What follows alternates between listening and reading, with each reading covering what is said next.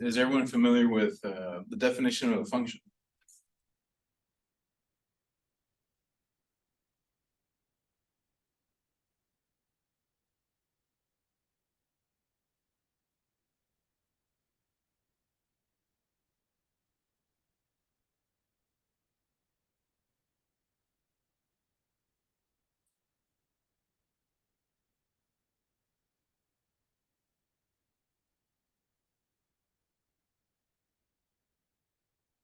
Okay, so let me get my pen out.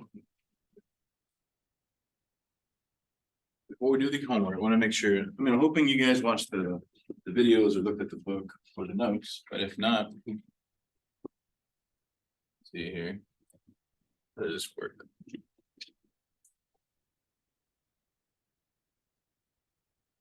So, oh yeah, there it goes. Okay. Undo. All right. So in a nutshell,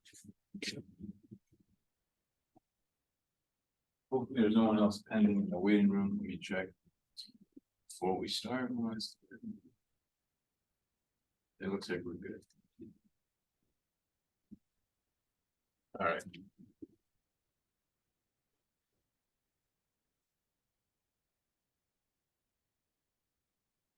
Let me give you a big picture. That's what is a function. Basically is an assignment of values from one set to another. Call this the set of inputs. Also called X, right? Or domain.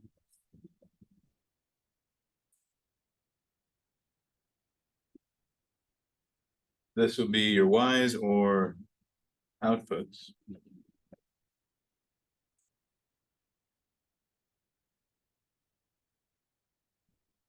Which is the range, right? Is that familiar? So as long as all your inputs only go to one location, or then you're good. So for example, let's say we had all our inputs were like, let's say they're just people. John, Mary, Joe,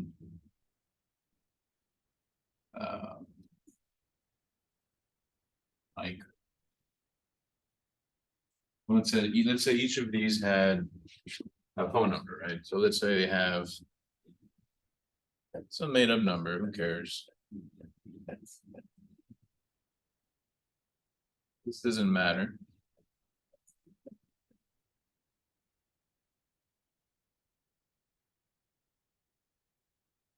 Four guy. I don't like that guy, but here it is.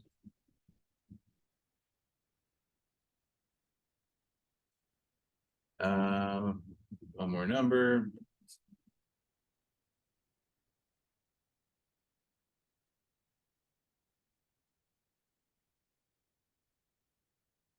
Okay, now, if every person has a cell phone, they should only have one number. So John goes to that number, Mary goes to that number,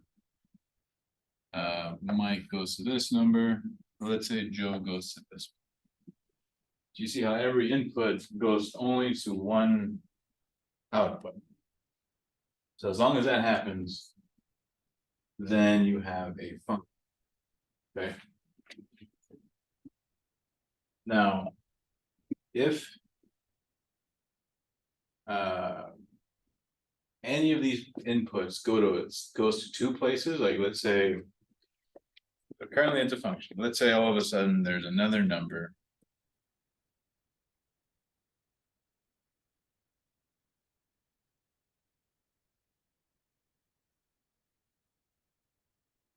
Then let's just make it up. Let's say Joe has two different cell phone numbers. So as soon as that happens, you you no longer have a function. So that violates the definition.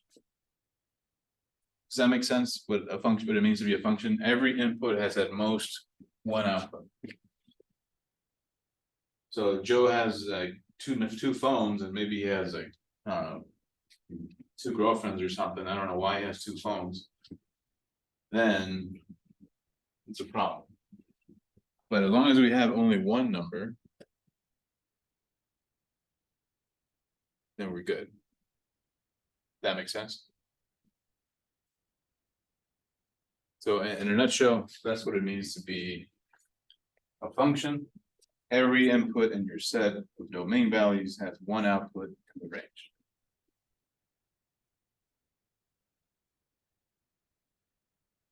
All right. So let's look at your homework. All righty. Can you guys see the homework? Yes. All right. So look at number 5. Look at the inputs. Do any of them go to two different places?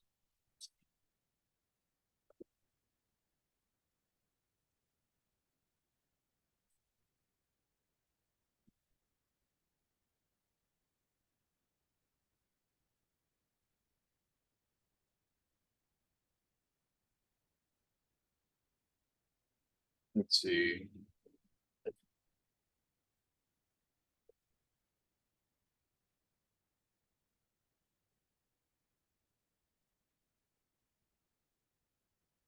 Yeah, it looks like, yeah, 8 has two different outputs and 11 has two different outputs. Yeah, you're right. So is this a function?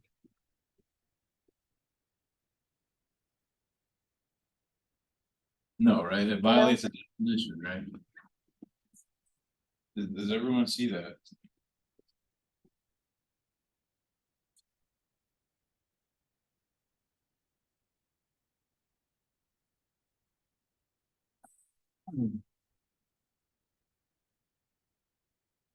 Okay. I didn't mention what a relation is. Basically, anything, if you're relating an element with another element in a different set, we consider that to be a relation. So all of these are relations, but only some of them are functions. And they're only functions if it fits that definition. So if it violates the definition, not a function, but it is still a relation. For example, a circle is a relation, but it is not a function. What about 6?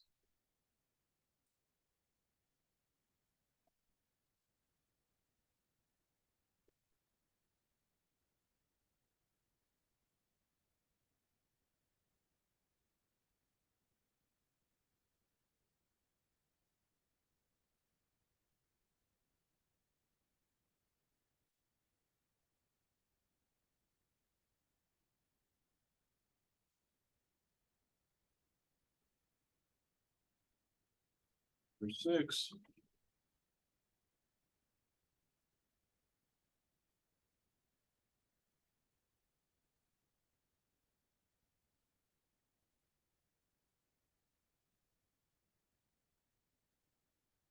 Why not? Why or why not?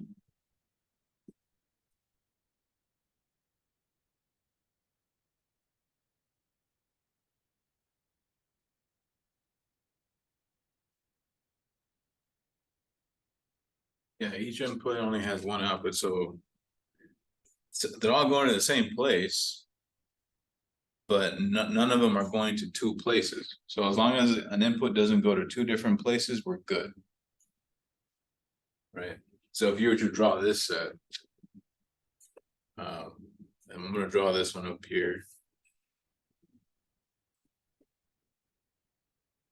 All right, if you had all the inputs, -2, 1, 2, 4, 7, and they're all going to 2, right?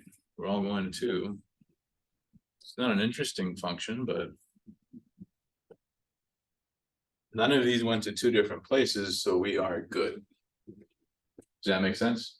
I did not violate the definition in the book.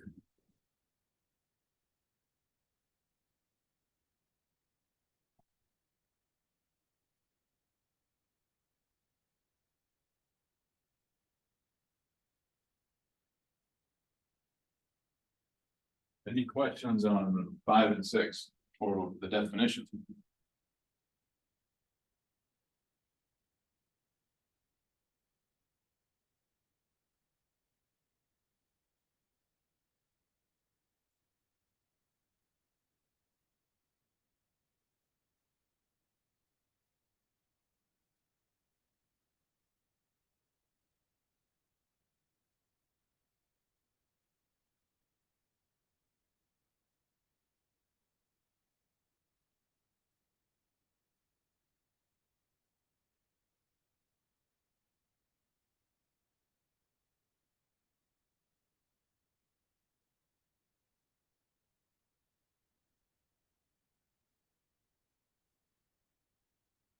All right, cool. Let's move on then.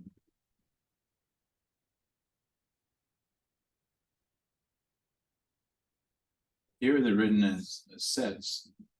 I mean, same thing as these over here. X's is the first set A. Outputs is the second set B. So they're just phrasing it in a different way. Which sets of ordered pairs represent functions from A to B? So a function is sending the elements in A to B. That's what we're doing.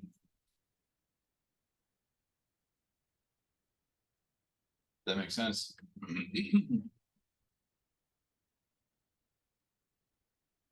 So there's some F, right? If I were to draw the circles again.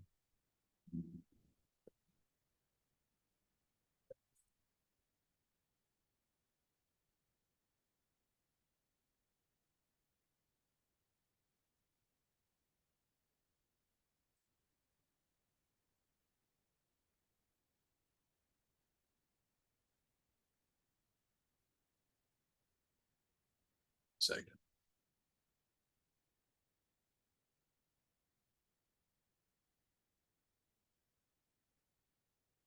All right. -1, 0, 1, 2. I think you can also annotate here. If you click annotate, you can also write on here if you wanted to. But I haven't tested it.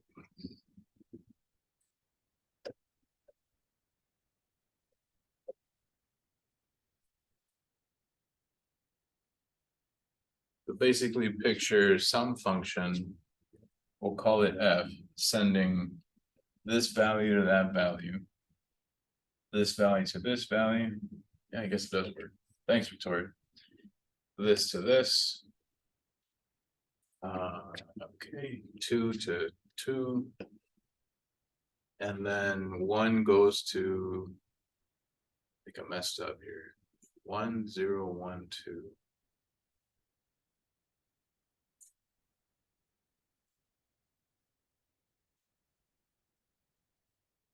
Okay.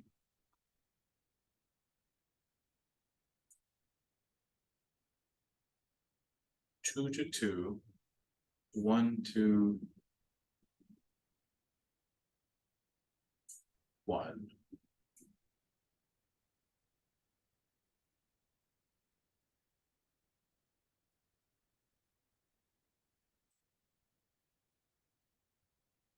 Interesting. There's more outputs than there are inputs, right? Which is okay. I just kind of mess with my head here.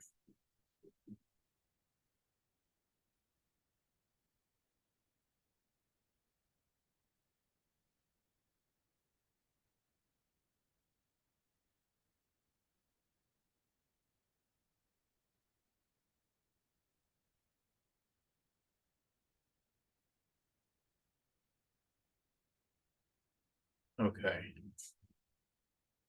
So if we go in order, it'd be -1 to -2, 0 to -1, 1 to 0, 2 to.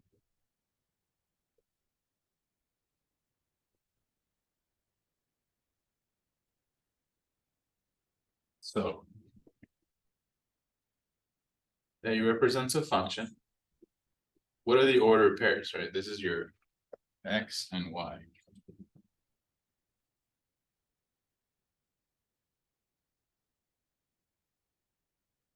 Your inputs or your domain, outputs, or range, same thing.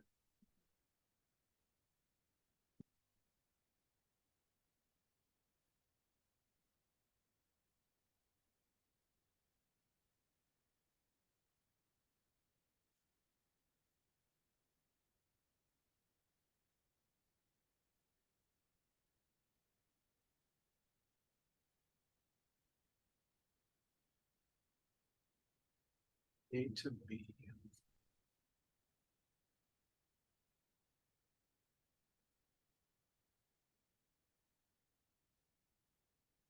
Oh, I see. So which of these represents the only sum of the sets, right? They're not telling us what the combinations are. I made an assumption, I'm sorry. We have no idea how they're ordered. I was assuming they went in order, but they didn't say that. But you can put in a couple combinations. But if you choose one that repeats, that has an input that goes to two places, then there's no, it's not a function, right? It has to represent a function. So which one does not represent one? You can cross those out.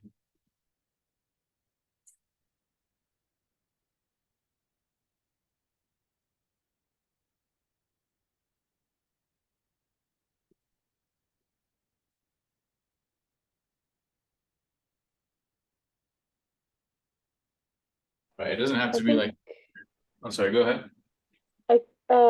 sorry. I think the third one is the only one that's not a function, right? Because it has two zeros in the input. Oh yeah, it looks like this one and this one, right? Go to two places. Yeah. So it's not that one for sure. So now we just gotta make sure all the x values that they chose for A, B, and D, are they in here? Those were the x's, so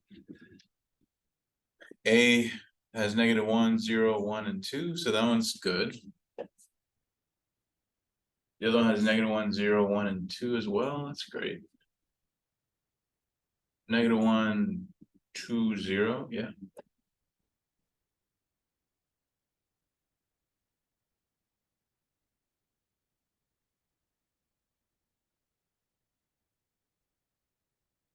Should be fine.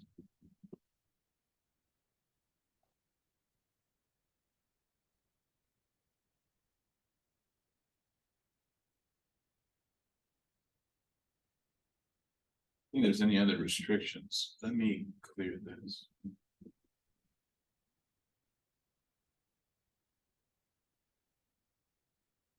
feel like there's something that I'm missing, but maybe it's fine.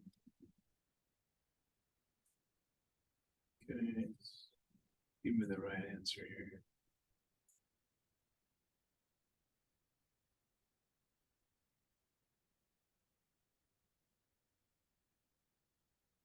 Yeah. So it said from A to B. So if we assume that this is the domain, then they have to all be mapped somewhere. You don't have to use everything in the range. As long as we use the whole domain, we're good. So D did not use all the domain values. C violated the definition of a function, but it had to be A and B. That makes sense?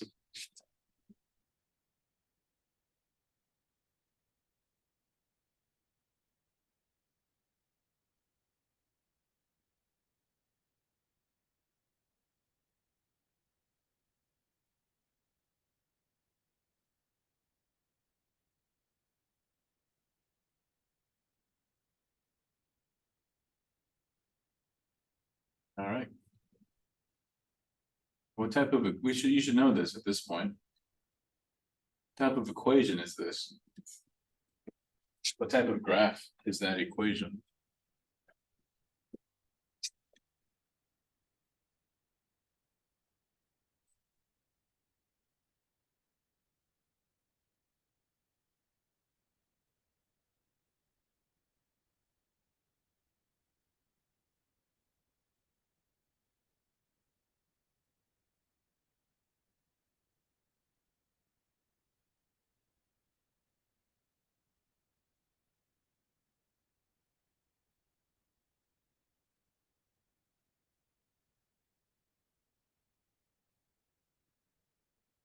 Okay. It was in, it's a circle. Oh, you guys did your circle homework, right? Is that a different class? I thought we talked about centers and circles, right? No? We did. Okay.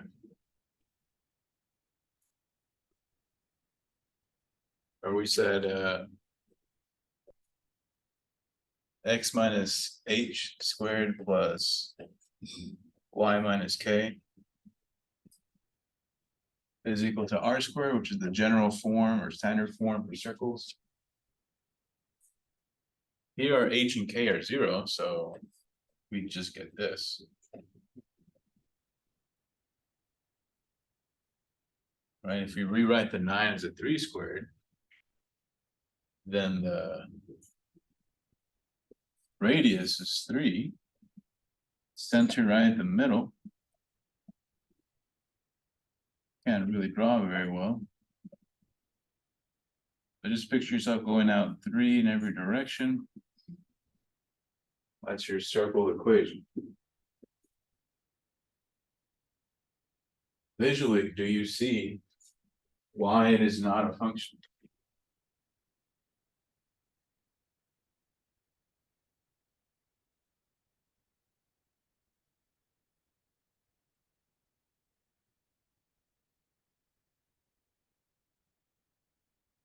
Like, what's wrong with it?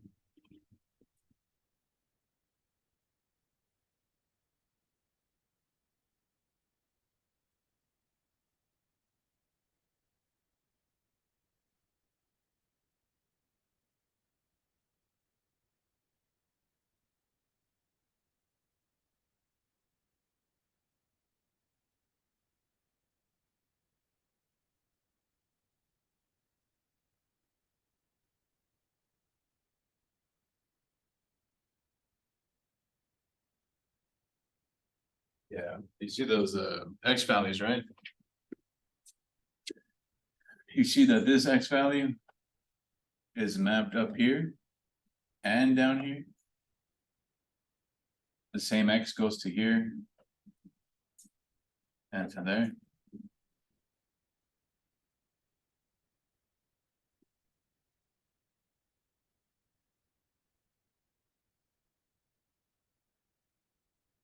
Right, we have the point 0, 3, and we have the point 0, -3 right here.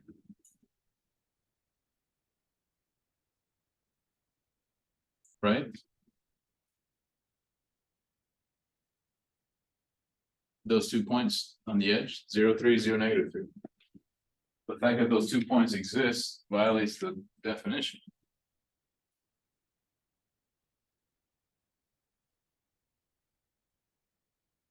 Now, there's also something called the vertical line test. So if you graph a function or a relation or any kind of graph, you graph something. If you draw a line through it,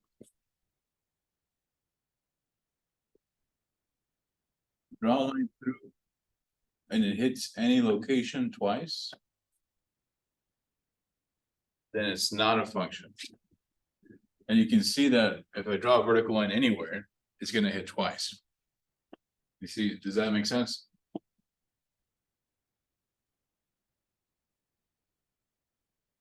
So I recommend graphing it because you can just draw a line through it and you'll know for sure. But we should know that that's a circle, and circles are never functions.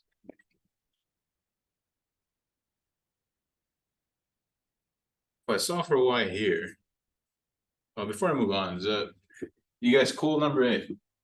Do you see why not? Yes. Let me know. But these are all testing our understanding of the definition.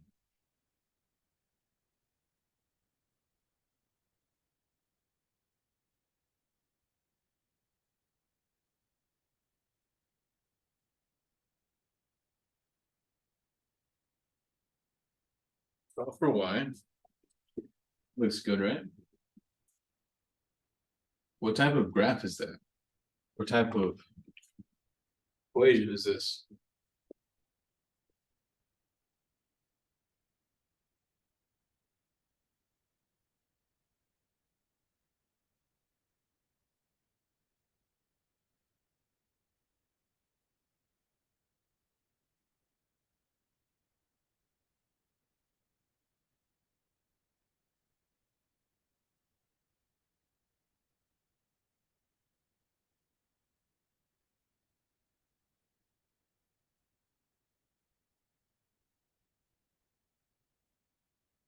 Yeah, it's a parabola, right?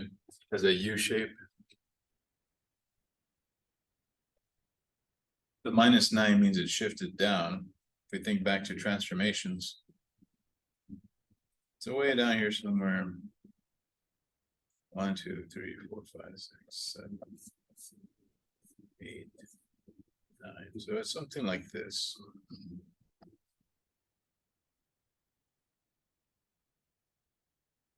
So if you draw vertical lines through it, is it a function?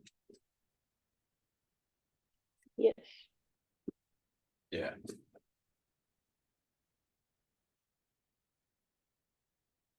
Parabolas are always functions, as long as they're not horizontal. Like you have a parabola like this, for sure, not a function.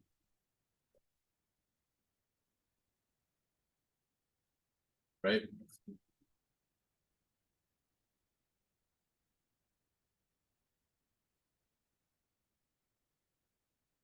I mean, there's only two options, A, B, or B, right? Yes or no. But I need you to understand the definition. That's what matters. And be able to explain yourself, like why or why not.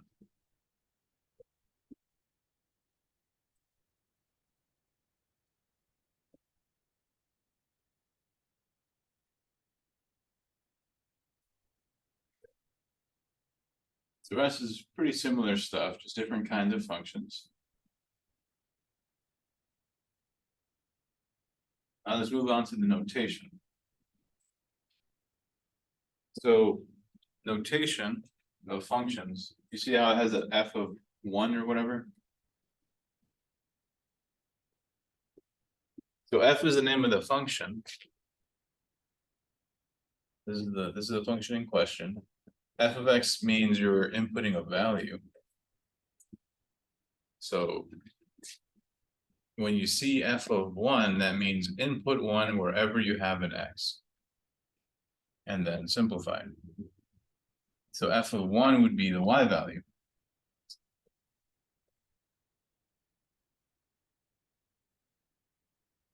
So f of 1 is -5.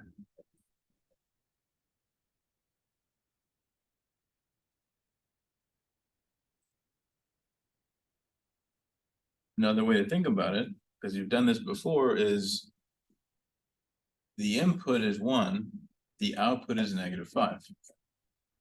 That's what we mean by f of 1. Same thing as the y value at 1. Does that make sense?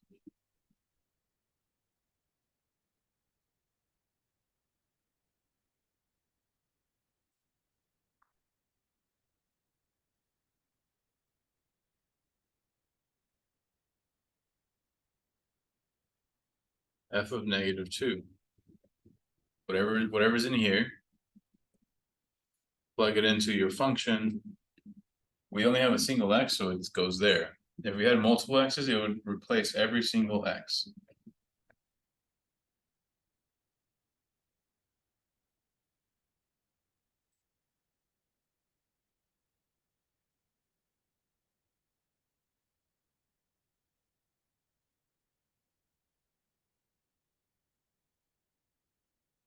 -14. Doesn't have to be numbers though. It could be anything. Just follow the rule. Whatever's in here goes inside the x. So f of x plus 4 means plug in x plus 4.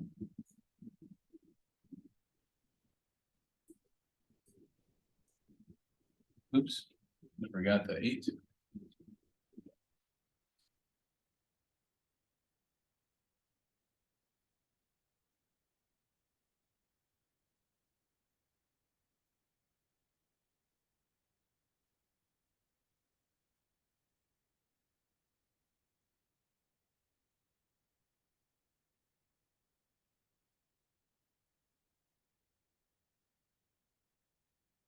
So distribute and simplify.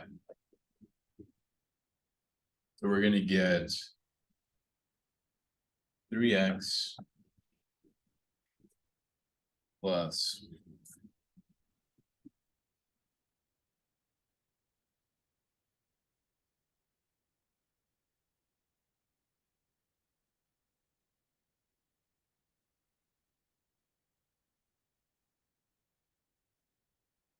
Are any questions on the notation?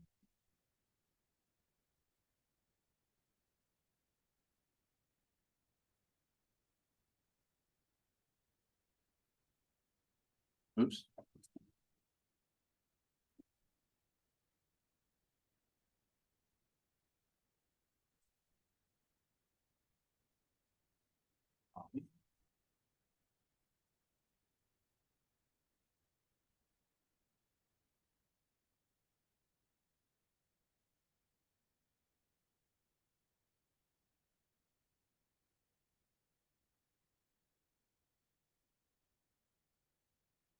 Okay. You guys cool on 15?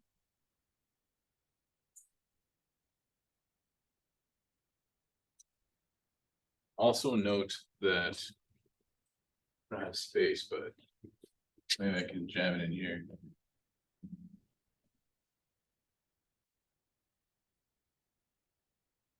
These are also points, right?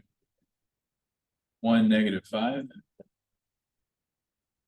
-2, -14.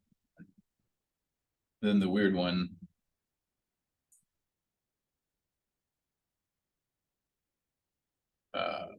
Was it?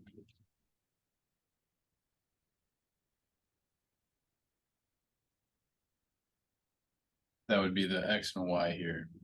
I don't have space, but you get the point, right?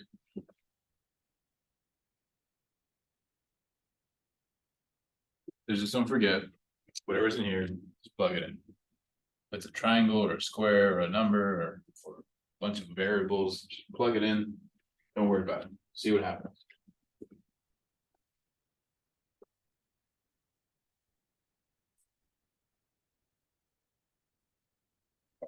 I'm gonna move on to 16 then.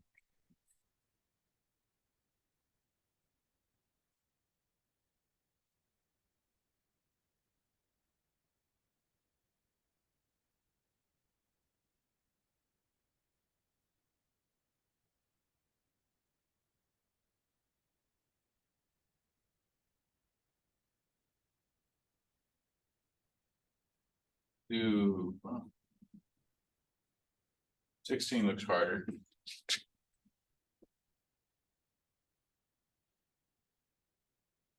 It's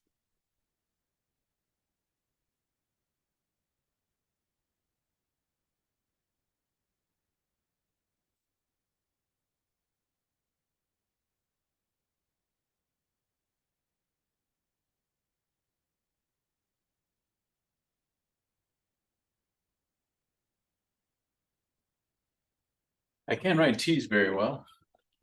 So forgive me. But same process, right? Annotate.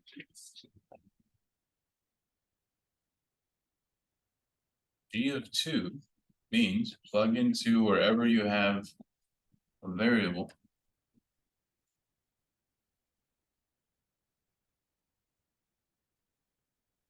And then the output will be your y value. So that'll be 5 times 4 minus 6 plus 3.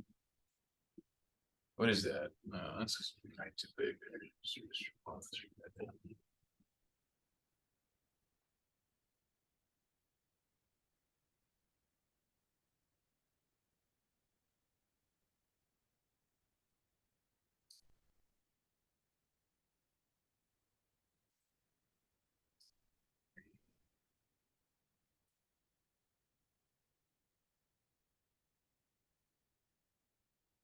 Result would be 20 minus 6 plus 3. Is that 17?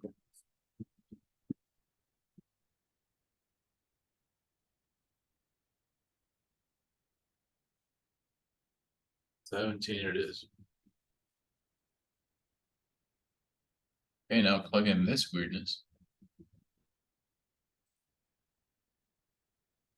But now we're gonna have to square this.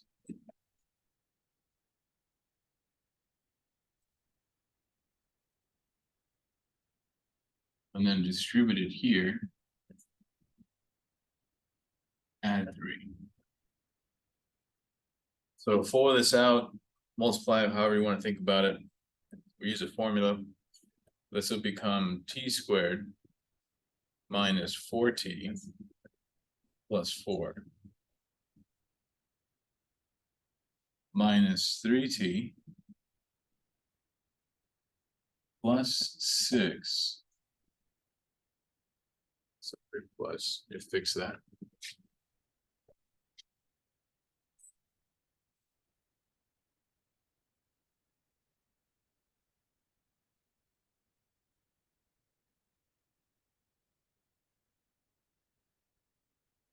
Distribute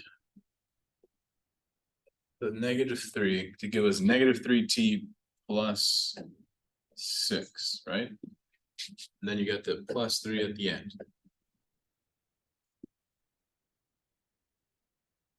Equal to, distribute the 5, that'll be 5t squared, distribute the 5 minus 20t plus 20.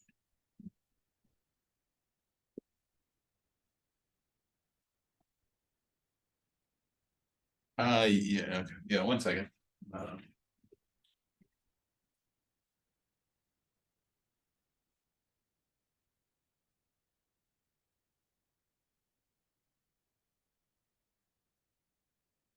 One moment, guys. I have a request here.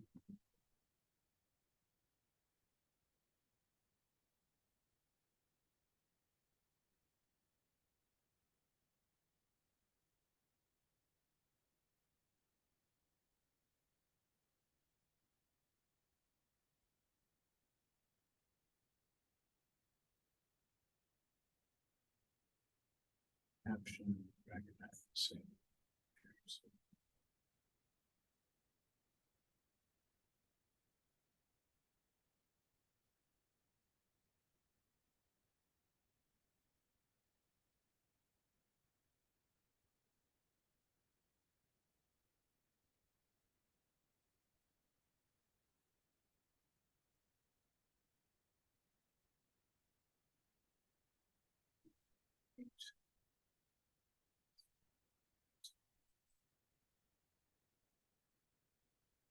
But try that.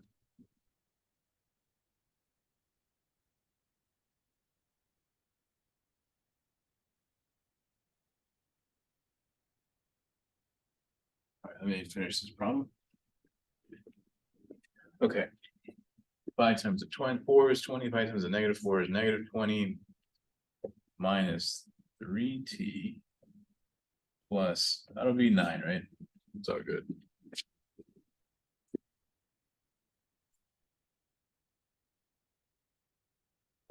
Squared minus 3, that'll be negative 23t, 20 plus 9, 29. Okay. You see how depending what's in here, it could get, depending on the input and the function, it could be more annoying, right? You guys cool with the algebra on part B?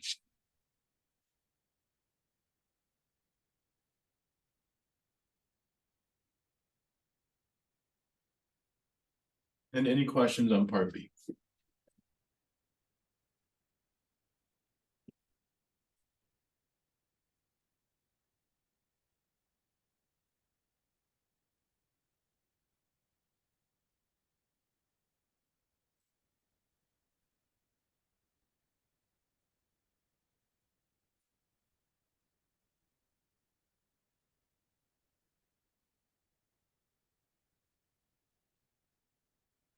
Okay. Do you think this would be the same answer as part C?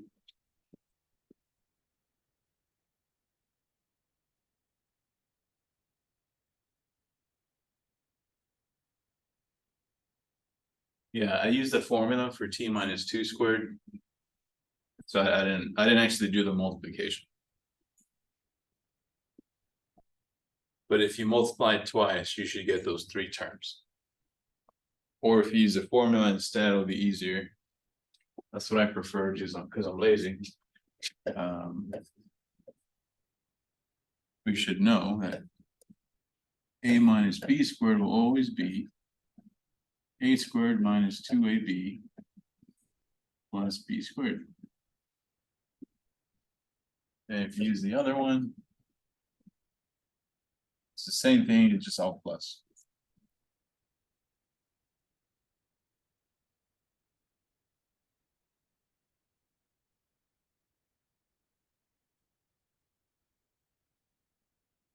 Y'all think this is the same though? These two, B and C?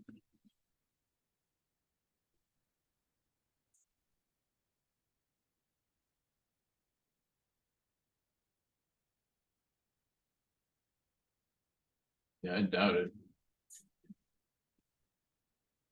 G of t right here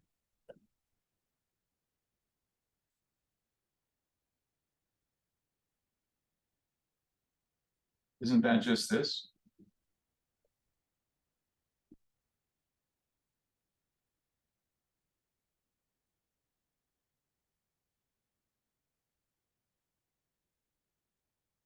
Minus G of 2, which is this, right?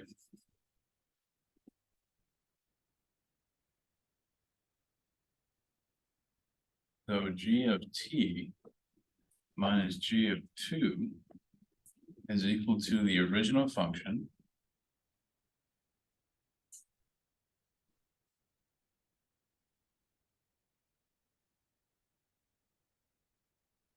minus 17. That's it. Since we had everything, we didn't have to do that much work. 13, 3 minus 17 is a negative 14, right?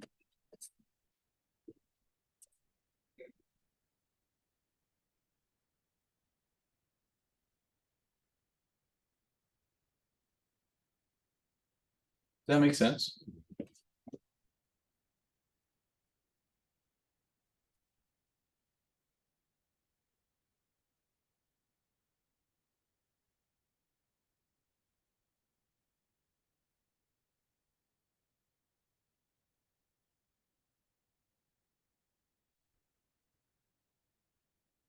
Any questions on 16?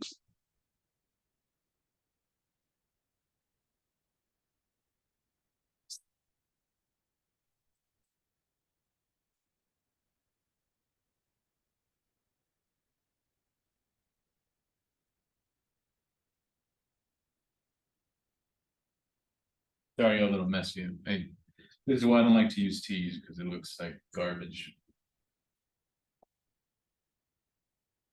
But no.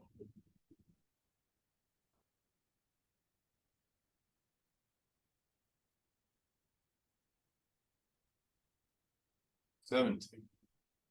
Same deal. So I'll leave that to you.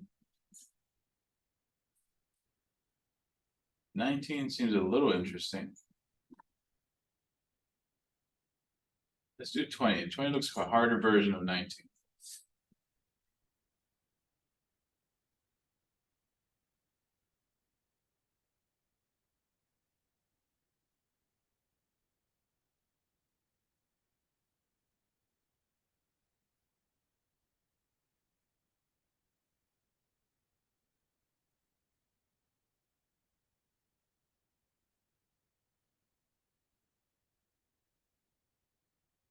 Can you not hear me, Daniel?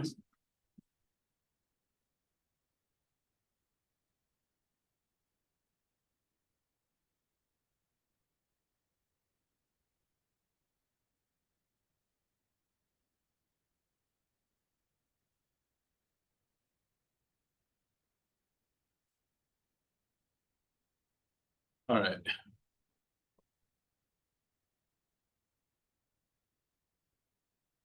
So on this guy, just make sure you know where to plug it in.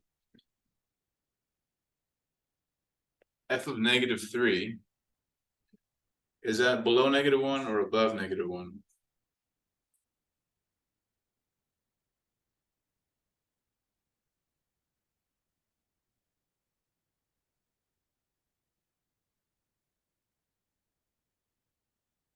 This one is below, we're going to use this one.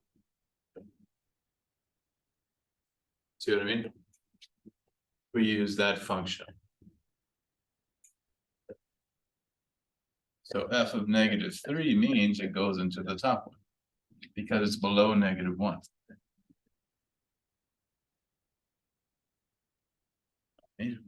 Yes, subject.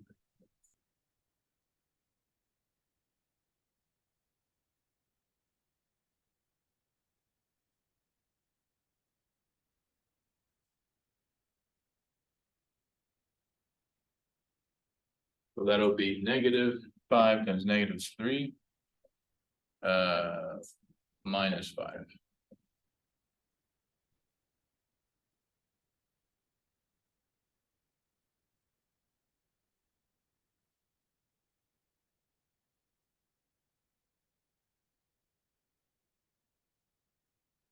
You see why we plug it into the top function, the top piece, I should say.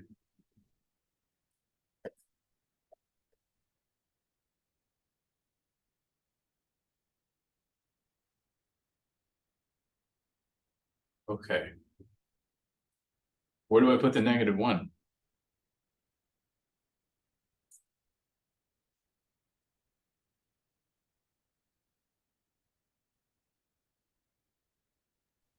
And the second one? Yeah, it has to be the second one, right? Yeah.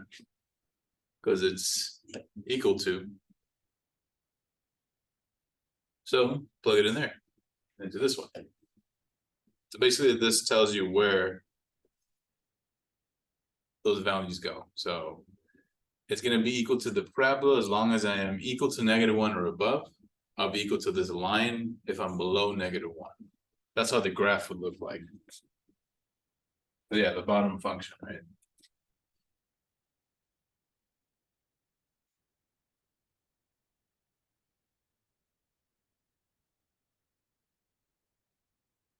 So whatever that is, what is that? -2.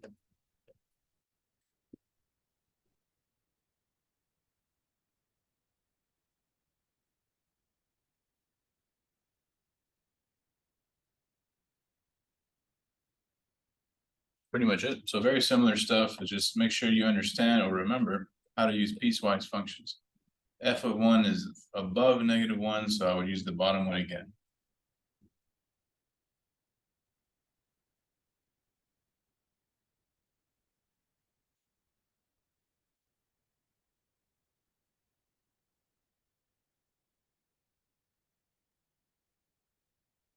Any questions on 20?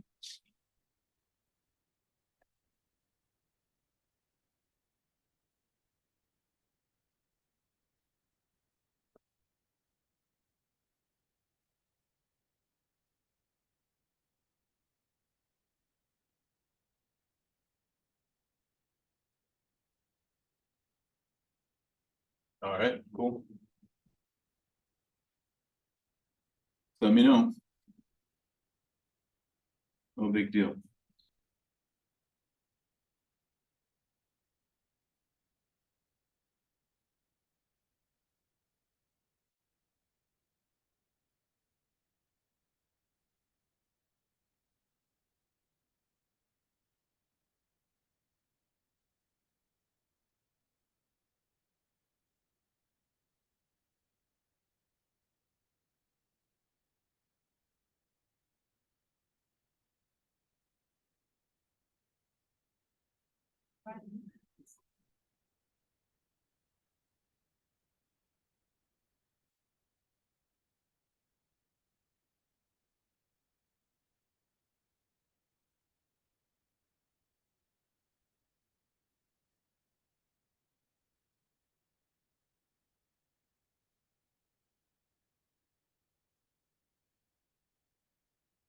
All right, 21 and 22.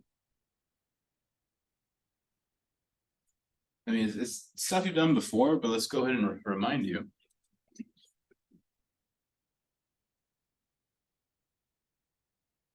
All right, if they're asking when is the function equal to 0, well, for which x values? Basically, that means you set f to 0 and solve. Right? Make it a 0. Add the 6 over. Divide by 6. Right, we've done this many times. You agree? Are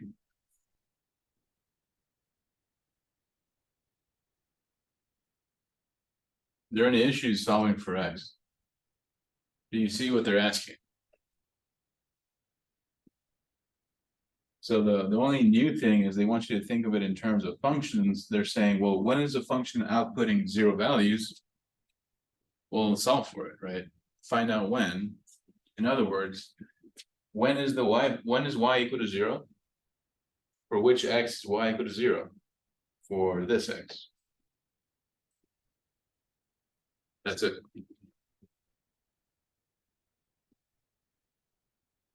Make sure you make those connections. X is equal, y is equal to 0 means that the y value, sorry, if the function is equal to 0, then the y value is equal to 0, and there's a location for it. So you would graph it, and it would be on the x-axis. For these type, it's pretty much the same thing. The only thing is, you only need to know when the numerator is equal to 0. You could solve for the whole thing if you want. You could just write it out.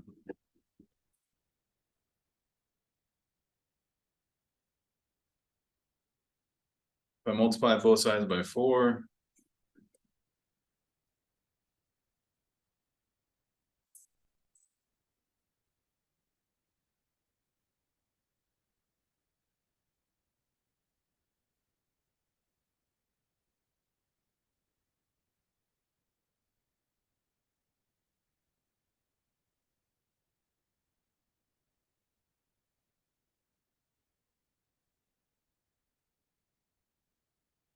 x would be 5/7, right?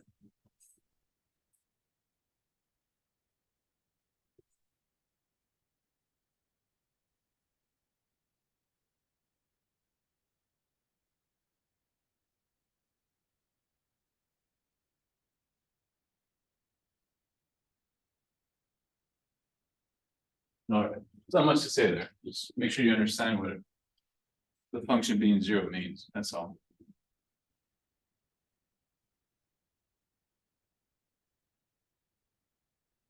You would do the same here, but here you would have to factor, right?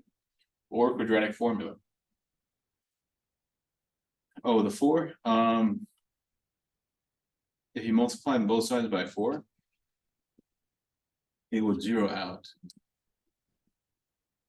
Right?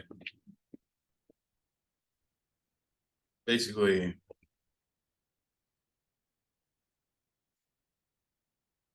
did this. So 4 times 0, 4 times this.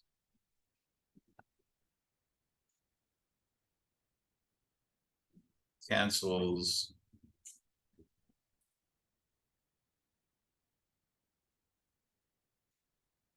Right, that's why I ignore the 4, because it doesn't really matter. This function will only be 0 when the numerator is equal to 0.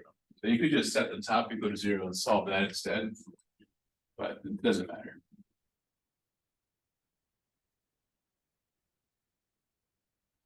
Does not matter.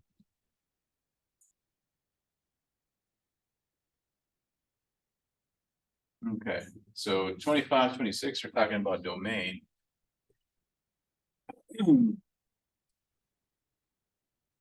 For a parabola, whenever you're talking about domain, you should think about, is there any value that you cannot plug in?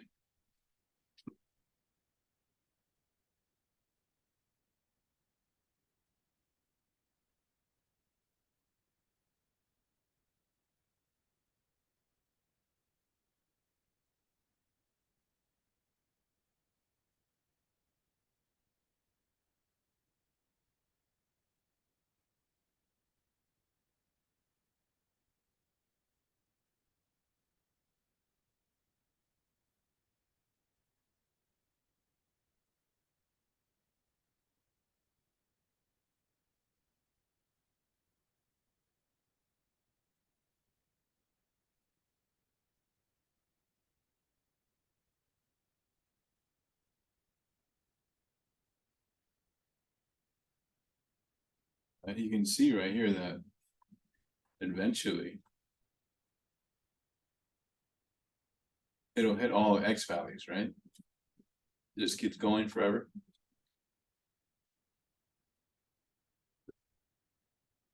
I don't know, I was thinking about it, but wasn't sure if it would work. Let's test it.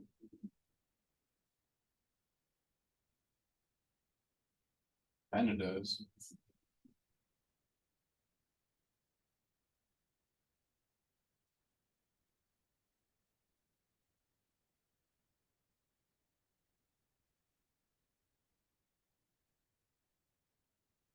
All right. So there is no holes, there's no gaps, there's no broken pieces. You can plug in whatever you want into a parabola. There is no number that you could not square times 4 plus 3 times that same number. All numbers is any number is okay with it. You can't find a number that doesn't let you do this. You can input anything you want. Does that make sense? There's no restrictions. Hence, they're all good.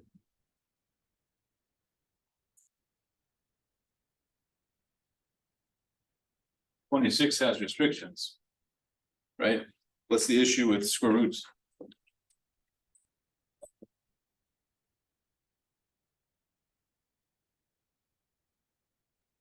Non-prime numbers.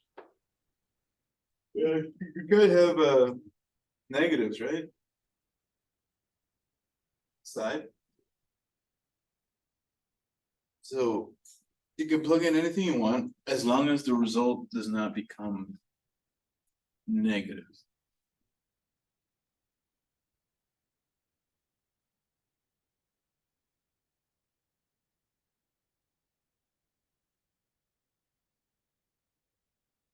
So -8's cool. right? G of -8 is the square root of -8 plus 8, which is square root of 0, which is still 0. Anything below this would cause problems.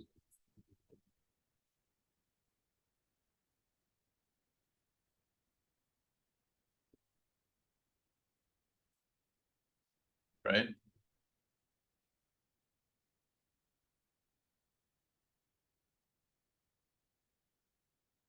So I need to stay above -8. So all real numbers such that they're above -8 or equal to. Now, another way to think about it is just to remember that fact and say, you know what? The inside must stay positive. The inside must stay positive or equal to 0. Must be above 0 or equal to. That means positive, right? So solve for y. And now you know what the domain is. All y is above this value.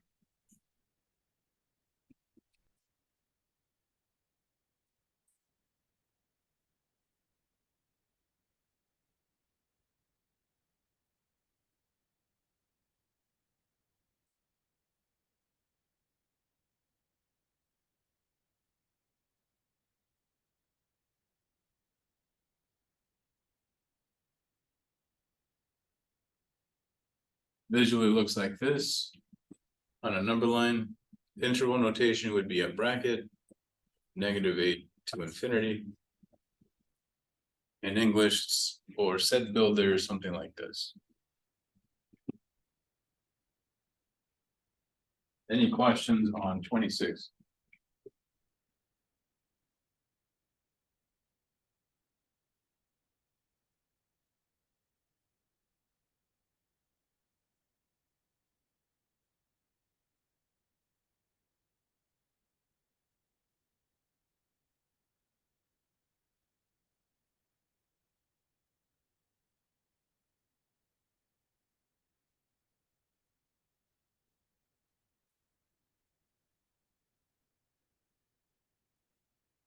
Now, that restriction is only for even roots, square roots, fourth root, sixth root, but not odd roots. Odd root, you can plug in whatever you want.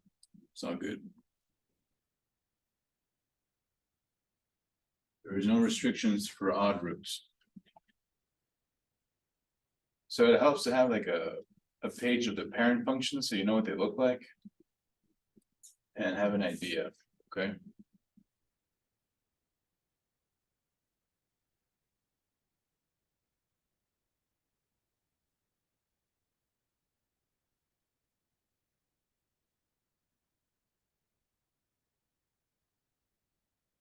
All right, we'll move on to 28 then.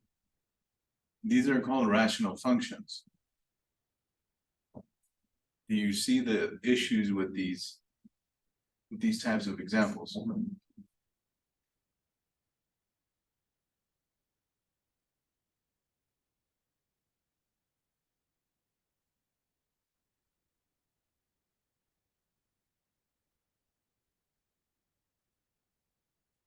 When we said the even roots cannot have negatives. What's the problem with these types?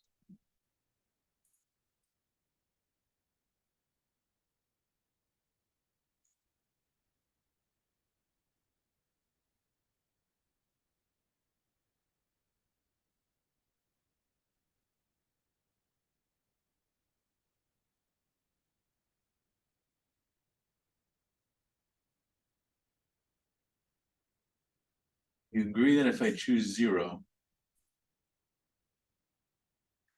I'm going to have problems, right?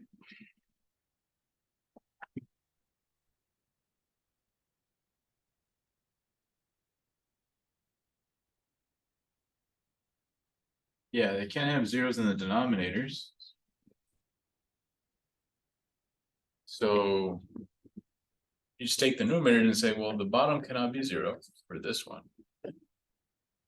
And this bottom cannot be 0. This denominator. Solve for x. These are the values I cannot use.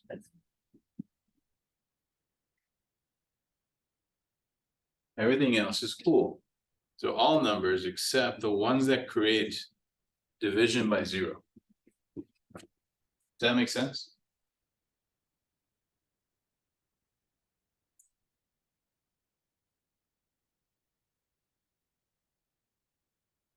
Because if I plug in 0, right, this would be 0 right here on the bottom.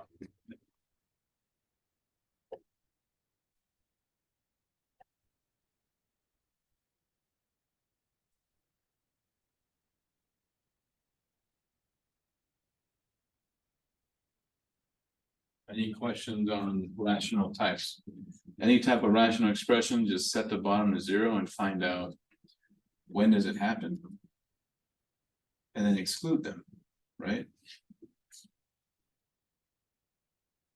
Like, check out this next one. The bottom cannot be 0, so start by setting the bottom equal to 0. So when you solve, God dang it.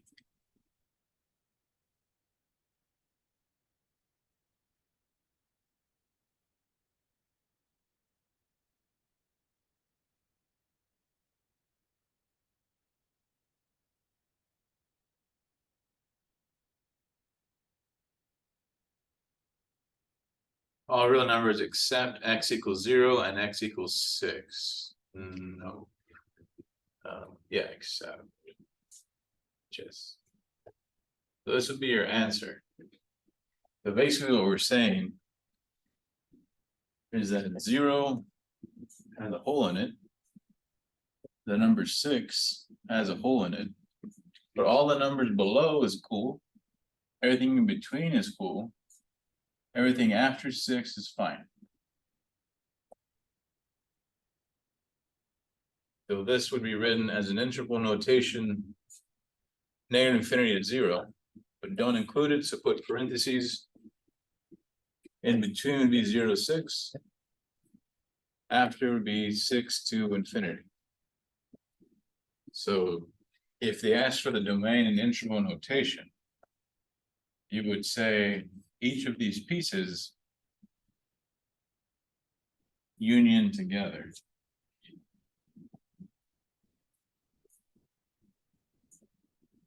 Which is the same thing as saying all real numbers except the two holes, right? I'm saying the same thing in a different way. I'm saying all this is basically showing, right, all this crap. They're showing all numbers around 0 and 6. This in plain English is telling us everything is cool except 0 and 6. Does that make sense?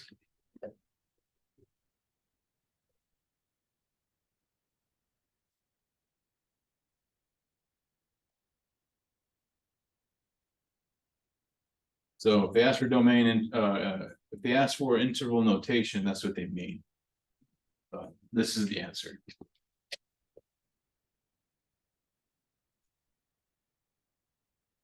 So in a nutshell, to find domain, figure out what's allowed or what's not allowed, and write down what is allowed. Work around it. That's it. Any questions on 29?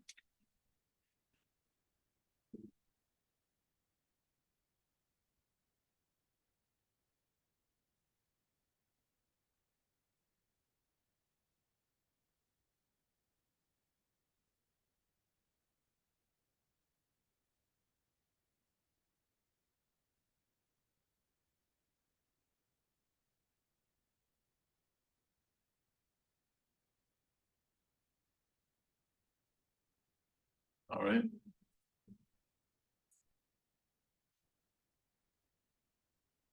The last couple of examples, they combine multiple restrictions and have you try to figure it out.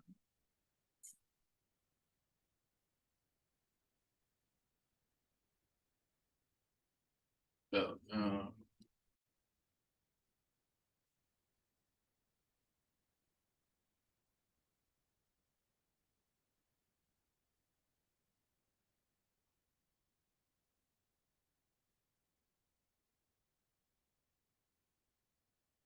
30. Let's go ahead and do this one real quick, and then we'll take a short break.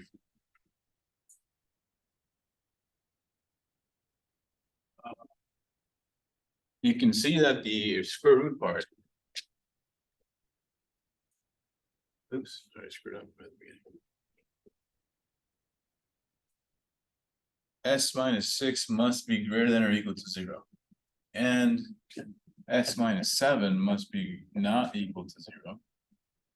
So find out when that happened. That's supposed to be an S.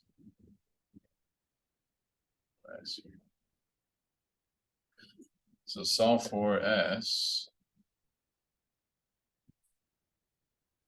S cannot be 7.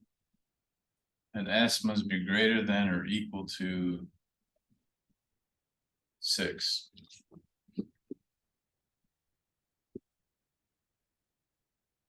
But you see how that kind of it's kind of contradicting.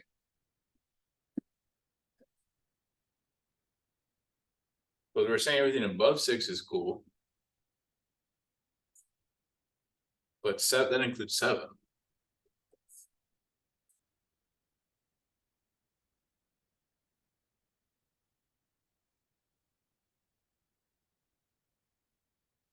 So we're starting right there, but we have a hole here. So everything before this, up until 6, and everything after is fine. So you would say all real numbers such that x is greater than or equal to 6, except 7.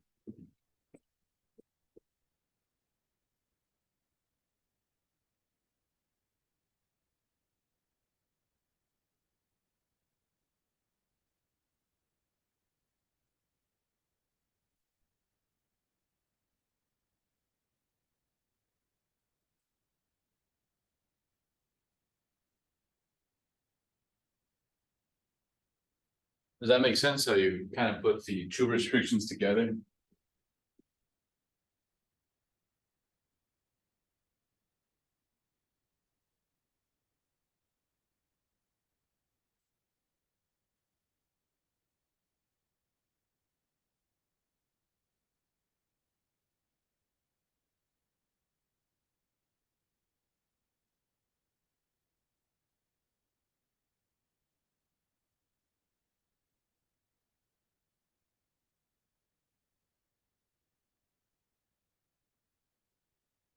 Because we put equal to because you can have 0 inside without a problem. 0 is allowed, but nothing below is allowed. So above or equal to 0 is cool as a result in here. Yeah, the numerator, right?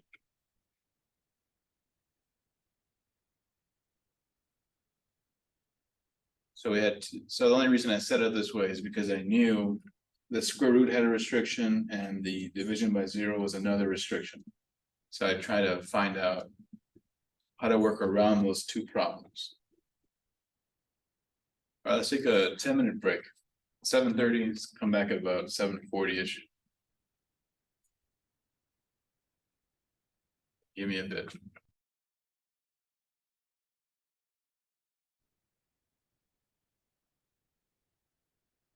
At the very end of the homework, there's a difference quotient problem. So the difference quotient is this. Oops, change back to 10.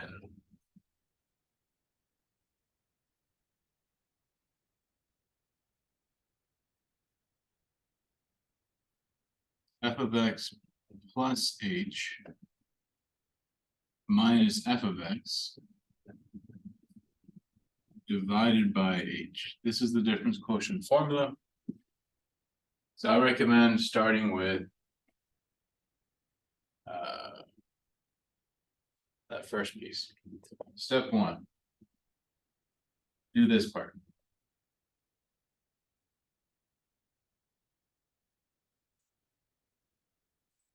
So x plus h squared minus 3 times x plus h. So figure this part out first. Use your formula, that'll be 2x squared plus 2xh minus 3x minus 3h. That's weird, 3.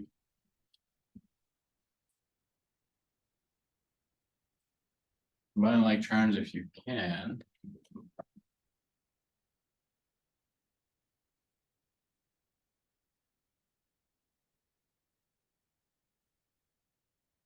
Worst threes I've ever written. Oh well. Step 2.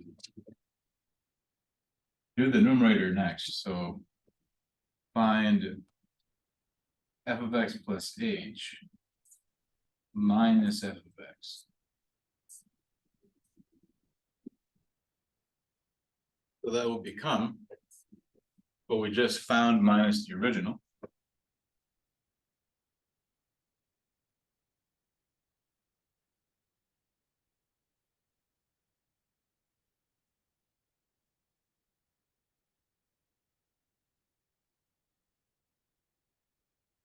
Minus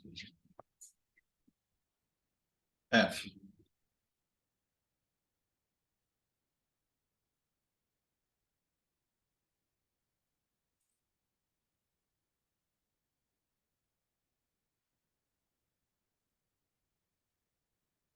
So that'll have these, some terms will cancel.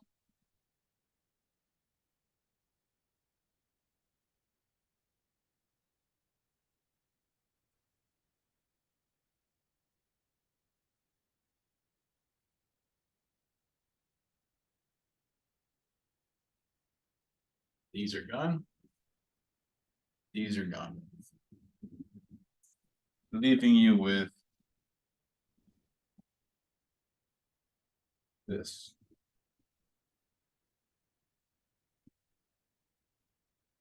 So step 3, divided by h. If you want to do it all at once, feel free.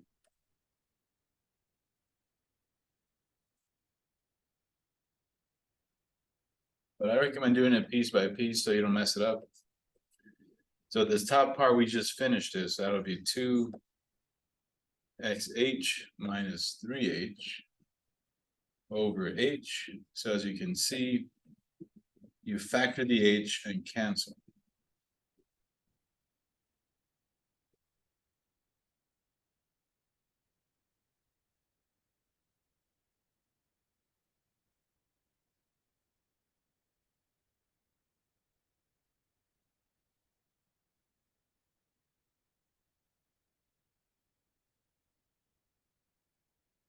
So this right here is your difference quotient for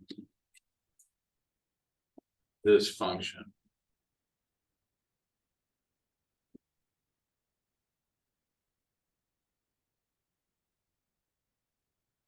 It should be the last question on your homework.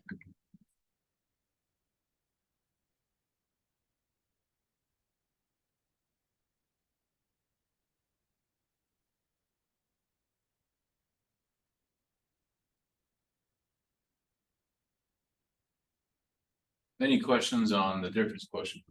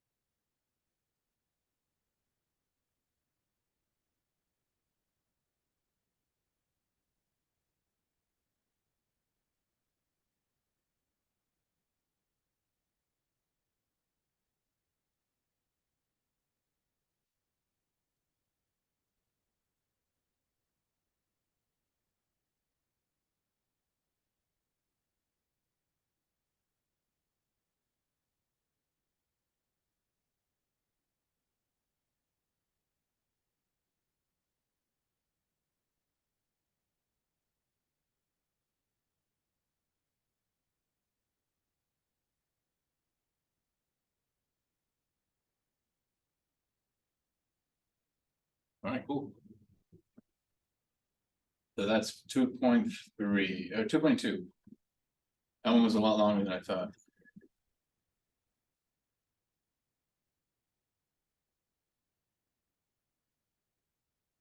I don't know if we have time for 2.3. Can you guys see 2.3?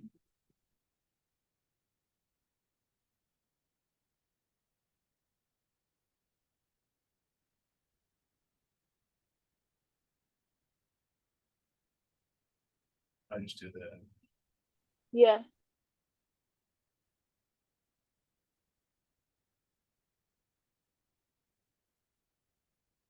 Hold up.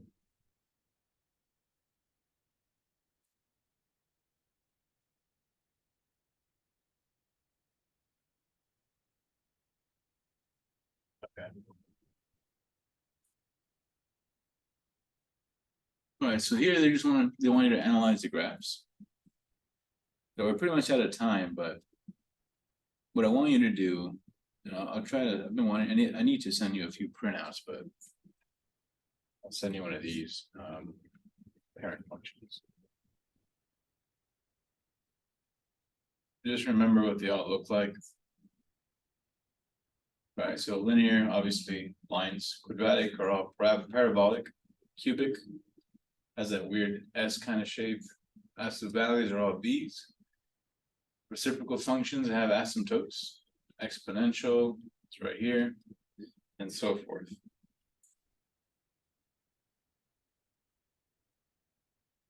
So just make sure you have these. I'm gonna try to send you a sheet of all these functions, but try to remember them and know them. That'll help you kind of figure these out. Also understand the definition of domain and range. We'll talk about this next time, but domain, you can clearly see is all the x values, right? So the lowest x values right there, highest right here. Now they want interval. So you would write, what is that? 1, 2, 3, 4, 5. -2 to 2.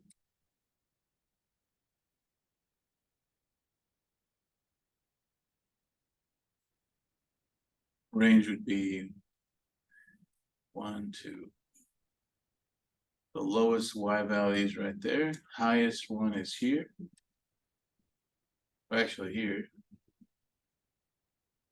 That'd be -2 on the y, all the way up until 5, 6, 7.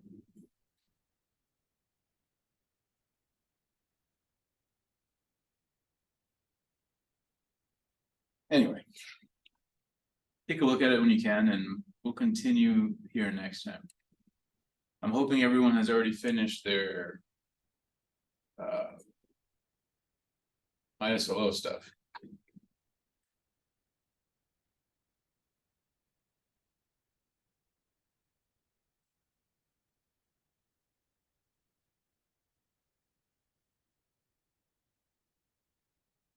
All right. Yeah, please get it done as soon as possible, because I don't know when the school is gonna start asking for them, and you're gonna get, you're gonna get mad about it. But anyway, we'll figure it out later.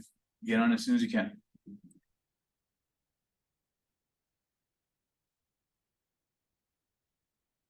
When you click modules, it'll be at the very top. Here.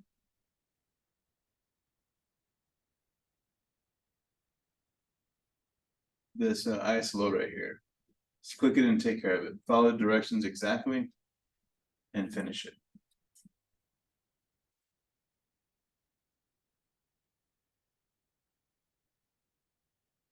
All right. If you start getting closer to the due date and you haven't done it, I'm gonna lock you out of everything until it's done. All right. And let's see, I'll extend circles a little longer.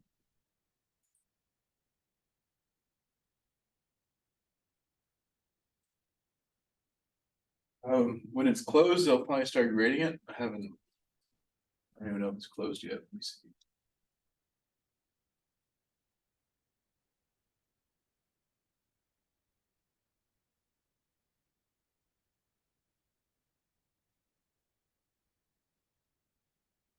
Yeah, test corrections are closed on October 2nd, so sometime after that, I'll start grading.